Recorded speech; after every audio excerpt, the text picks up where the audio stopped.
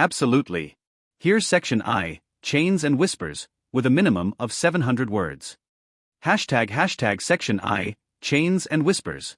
The sun hung low over the Georgia horizon, casting molten streaks of orange across the rows of cotton like blood in the soil. On the edge of the Tolland estate, the cicadas screamed as though they too were trying to warn the world.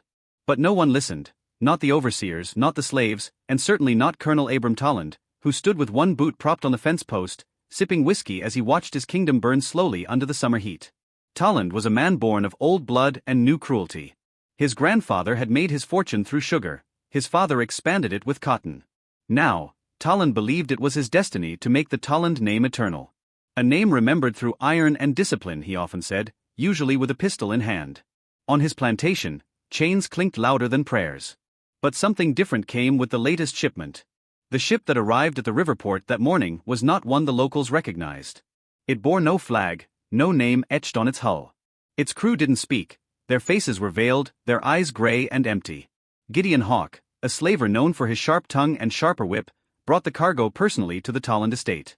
"Strangest damn lot I ever laid eyes on," he muttered, lighting a cigar with trembling hands. "Paid cheap, but they come with warnings." Colonel Tolland barely raised an eyebrow. Warning or not, a man is still a man. And a slave is still property. He waved the shipment forward. There were 12 of them. Tall, silent, bare-chested with deep scars on their torsos. Scars that didn't look like they came from whips. The scars ran in patterns, as though carved with purpose rather than punishment. Their eyes were unnatural, black and wide, like windows to some older, darker world. One of them, Sorrow, walked at the front. He looked directly into Tolland's face as though he could see through the man's skin and into the rot beneath. The other slaves noticed immediately. "That one ain't no man," whispered Joseph, a young field hand. "Ain't blinked once since they got off that boat." Mama Bacco, the midwife and oldest among the enslaved, was the only one who dared to step close. Her eyes widened. She didn't bow, didn't greet them in English or even the common tongue of the other Africans.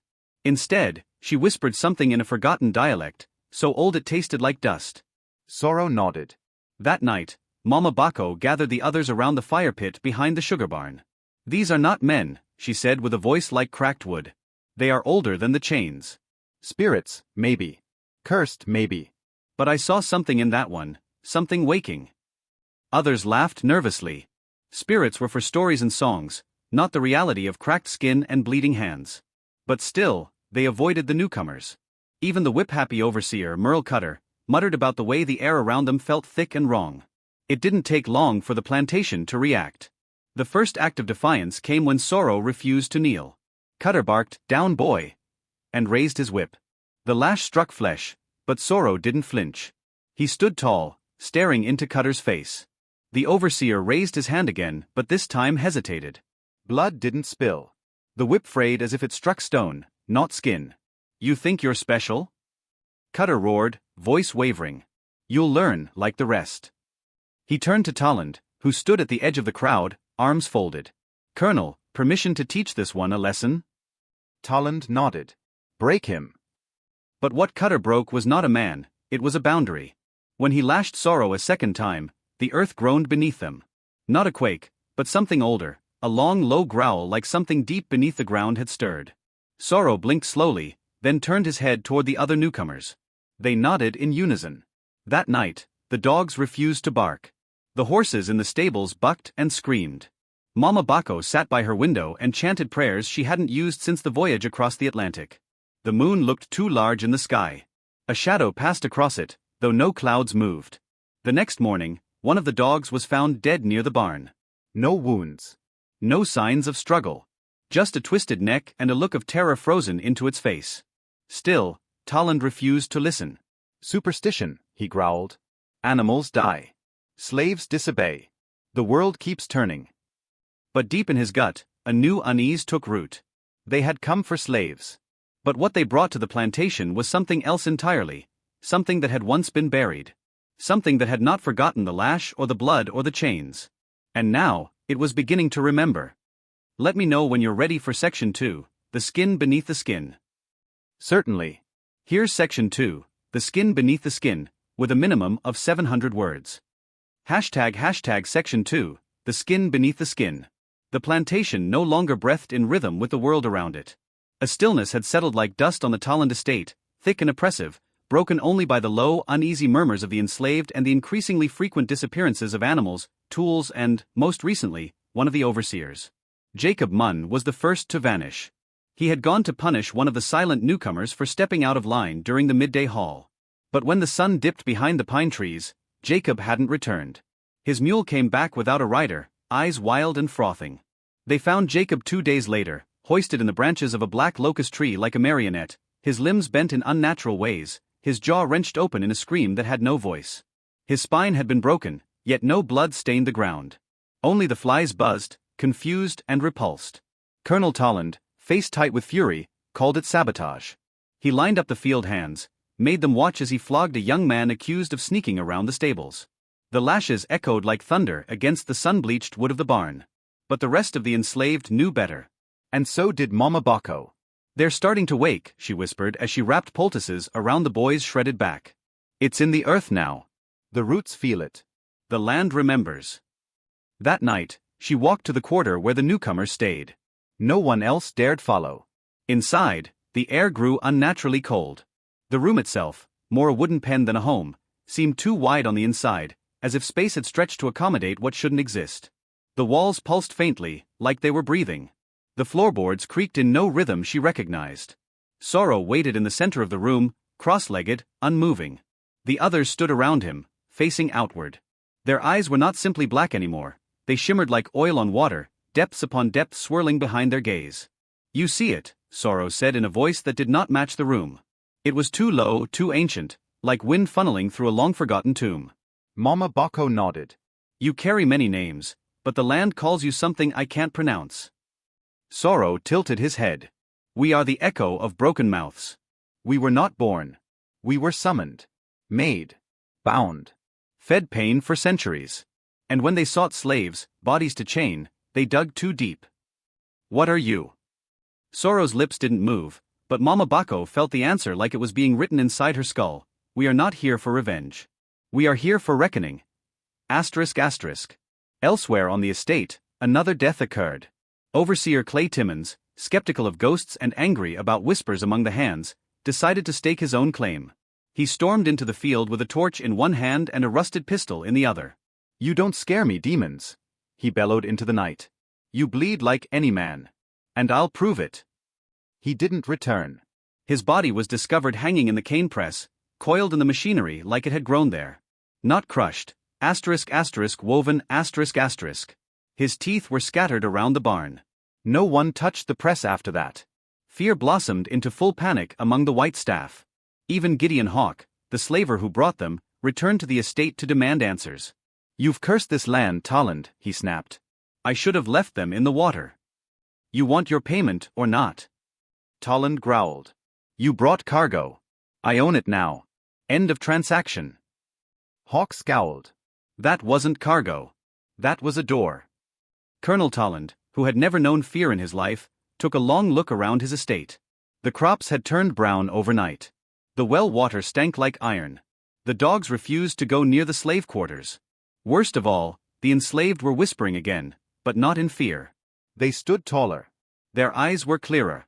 Some even smiled when the overseers passed. The illusion of control had cracked. That evening, he made the choice to reassert dominance. He selected one of the newcomers, tall, thin and silent, and dragged him to the post. His men held the creature down as Tolland raised a hammer and nail, determined to crucify him to the barn door. "I'll break your spell," he snarled. "I'll nail it into the wood if I have to." The hammer fell once. The nail never struck flesh. As it descended, the man's body collapsed into a pool of thick, black fluid. It slithered like tar across the ground and up Tolland's arm before he could move. It poured into his mouth, down his throat. He dropped the hammer, fell to his knees, choking and convulsing. The others fled, but none dared help him. Tolland lay there until dawn, eyes wide, face pale. He didn't speak for hours. When he finally rose, he said nothing. But his hands trembled. That night, he locked his doors for the first time. Mama Bacco watched from the distance, lips drawn thin. "They wanted slaves," she murmured to the wind. "But what they got was something that remembers how to curse a name with silence." Let me know when you're ready for Section 3, The Rise of the Forgotten. Absolutely. Here's Section 3, The Rise of the Forgotten, with a minimum of 700 words. Hashtag Section 3, The Rise of the Forgotten. The land screamed before it burned. Not in sound, but in sensation. The ground swelled and cracked beneath booted feet. Birds flew in wild spirals overhead, abandoning nests in the tall oaks. Even the insects fled, the buzzing hush that had long haunted the humid air now replaced by a chilling stillness. It began on the night the moon vanished. The Tolland estate, once a pillar of southern prosperity, stood like a rotted tooth in a dying mouth. Its fields lay fallow, its barns half-empty. The overseers no longer patrolled with certainty. The enslaved no longer toiled with heads bowed. Whispers had grown into quiet songs, ancient rhythms carried from across oceans, sung not in sorrow but in awakening. And sorrow stood at the center of it all. The newcomers had stopped pretending to be human. Their movements became unnerving, too fluid, too silent. Their limbs seemed to shift beneath their skin, as though bones rearranged to fit some deeper purpose. At night, their shadows moved even when they stood still. The other enslaved stopped calling them men. They were old bloods, earthwalkers, bonecrafts. Names changed from tongue to tongue, but the reverence remained. Mama Bako gathered the people near the tree line. For generations, they had met in secret to sing, pray, or grieve. Tonight, they gathered for war. Not with guns, she said, her voice steady, but with names. With memory. With the fire inside us. We have been buried too long. These spirits, they are not our curse. They are our echo. The enslaved did not run when the house caught fire. It started in the attic, flames licking from nowhere, devouring beams, crawling like fingers down the walls. Then the sugar barn erupted. Then the overseer's quarters. Fire didn't fall from the sky. It rose from the soil. Colonel Tolland, pacing his office in a whiskey-soaked rage, was jolted by the explosion of glass as his windows burst inward. He stumbled outside with a pistol, only to find the courtyard empty. No staff. No guards. Just smoke and the smell of ash. Then he heard it, a sound like trees weeping. He turned, and sorrow stood before him, naked, tall, and no longer masked in mortal flesh. His skin cracked like bark, light pouring from the seams. Horns curled from his head like twisted branches, and his eyes were two stars that had seen centuries pass like minutes. Behind him, the other 11 emerged, each one changed, no revealed. Tolland raised the pistol. "Demon," he spat. "You think I'll go down to a goddamn spirit?" He fired. The bullet passed through sorrow like wind through fog. The creature stepped forward. With each movement, the ground groaned. The cotton plants shriveled into dust where he walked. "You bled us to build your name," Sorrow said, his voice no longer confined to his mouth. It echoed from the trees, the wind, the very boards of the house behind him. But names built on bones do not last. Tolland ran. He sprinted through the flames, past his burning fields, down to the cane press, where he had made men and women bleed, where he had broken backs for profit. He fell to his knees and screamed into the night, begging for salvation, for mercy, for anything. The ground opened. It did not crack, it parted, like something had always been waiting just beneath the surface. Roots reached up like fingers. A hole yawned wide beneath Tolland's feet. He tried to run, but the earth dragged him down, slowly, deliberately, until only his screams remained. Then silence. The enslaved stood outside the burning house. Mama Bako did not weep. She held her arms open as sorrow approached. "Not all your fire is meant for destruction," she said. "Some fire is for cleansing." Sorrow bowed, not in submission, but in recognition. Chains clattered to the ground, unfastened by no hand. Shackles turned brittle, disintegrating into dust. The air shimmered as a wall of invisible weight lifted from the land. And still, the newcomers did not strike the people who had once been called slaves. They moved among them like kin, touching foreheads in greeting, whispering names in ancient tongues. "We are not gods," one of them said, her voice like the rustling of dry leaves. "We are memory. And memory never forgets." Across the south, stories began to spread. Other plantations reported fires from nowhere. Owners vanishing without trace. Cattle stampeding without cause. In each story there were glimpses, shadows with too many eyes, footprints that burned into the ground, voices that spoke from wells. Some said it was madness. Others said it was justice. But those who had lived in chains knew the truth. Something older than the whip had risen. Something not interested in revenge, but correction. These were not monsters. They were the mirror held up to a country's soul. And in that mirror, the slave masters saw themselves, not as rulers, not as men, but as the true aberrations. Let me know when you're ready for Section 4, Legacy of the Blood Soil. Certainly. Here is Section 4, Legacy of the Blood Soil, with a minimum of 700 words. Hashtag Section 4, Legacy of the Blood Soil. When the smoke cleared and the last scream faded into the wind, the Talon plantation was no longer a place of labor and cruelty, it was a scar on the land, a wound finally cauterized.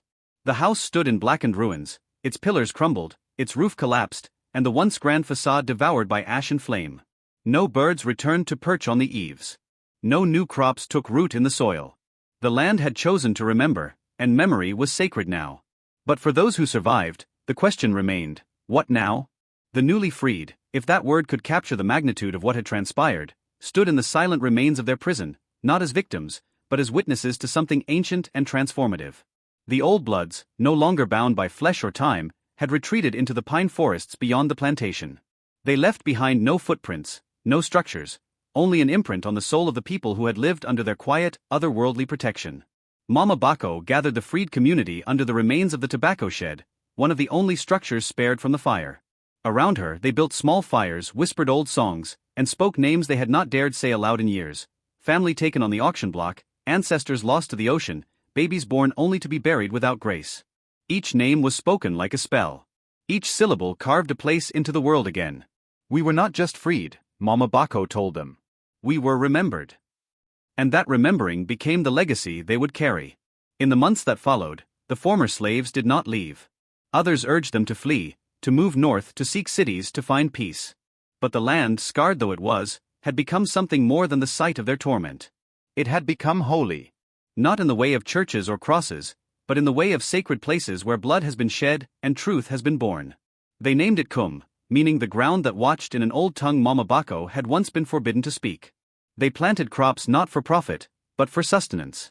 They raised homes from stone and earth, not timber, as if to grow their lives with the land rather than on it. Children played where chains once clinked. Songs rang out across the fields, new songs, built on the rhythms of old ones. And they remembered the monsters, not with fear, but with reverence. Some said they were still out there, watching. On misty mornings, a few swore they saw sorrow standing just beyond the treeline, eyes glowing faintly, arms folded. Others claimed they could hear voices in the well, not echoes, but language, slow, steady chants that reminded them of home. Not Africa, not America, asterisk before asterisk both. A place even older. Some of the freed feared the old bloods. They could not forget what they had seen, the bodies twisted like wire, the screams that never reached heaven, the way the earth seemed to bend to the will of creatures who walked like men but were not. But even fear became a part of the legacy. Fear could be holy too. Years passed. Kum grew into a hidden community, not mapped, not documented. No white man dared return to the land. Rumors circulated in nearby towns, ghost stories about a cursed plantation, haunted woods, and men who glowed under moonlight. Slavers who attempted to reclaim their property vanished without a trace. Some left behind wagons filled with shackles and chain, their horses found days later galloping wild-eyed through the woods. The legacy rippled outward. Other freed people, hearing whispers of Kum, came seeking refuge. They brought stories, skills, and histories with them. They were not turned away. Instead, they were invited to sit beside the fires, to speak their ancestors' names into the air, and to listen to the wind for voices older than memory. Mama Bako passed one winter in her sleep. No tombstone marked her grave. Only a ring of stones and a carved sigil, one remembered by Sorrow himself before he disappeared. Children grew up speaking a hybrid tongue, a fusion of Bantu, Yoruba, and something unrecorded, perhaps from the mouths of the old bloods themselves. And still, the land remained sacred. When one of the children, barely old enough to hold a basket, asked an elder, "Why didn't the monsters stay and live with us?" The answer came gently. They didn't come to live. They came to wake us up. They were the answer to a scream no one else heard. By the dawn of the next generation, the stories had solidified. The old bloods were no longer whispered about with dread, but told like legends, protectors born of agony, shaped by the lash and the grave, returned to avenge and rebuild. They were not heroes. They were something deeper, justice embodied. And in the soil beneath Kum, where Talon's house had once stood, nothing ever grew again. No trees. No weeds. No moss. Just blackened earth, humming faintly on moonless nights. Some claimed that was where the door had opened. And that one day, it might open again. Let me know if you'd like a postscript, epilogue, or a visual style companion for the story.